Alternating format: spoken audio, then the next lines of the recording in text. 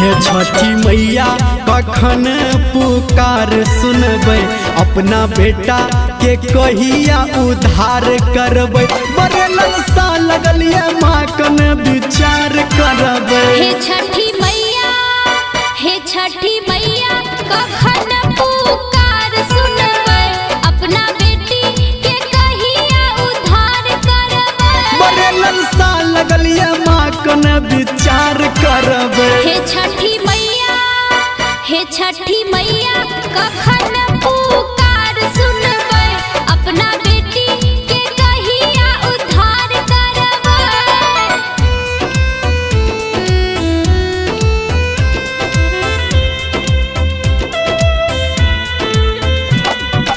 माँ Gayatri recording studio.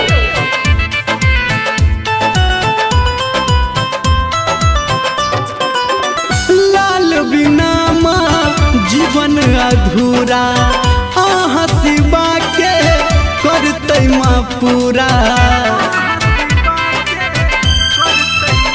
हाँ, लाल बिना माँ जीवन अधूरा, आहाँ शिवा के करतै माँ पूरा।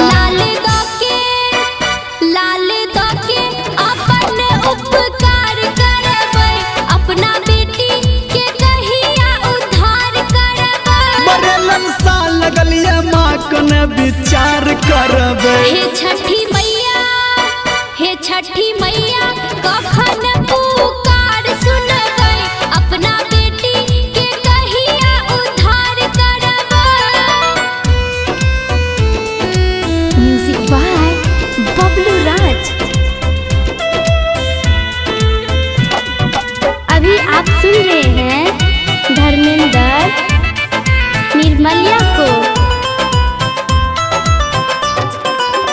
हमरा दुख के और नहीं लैया, बीतल जिंदगी भोर नहीं होई है।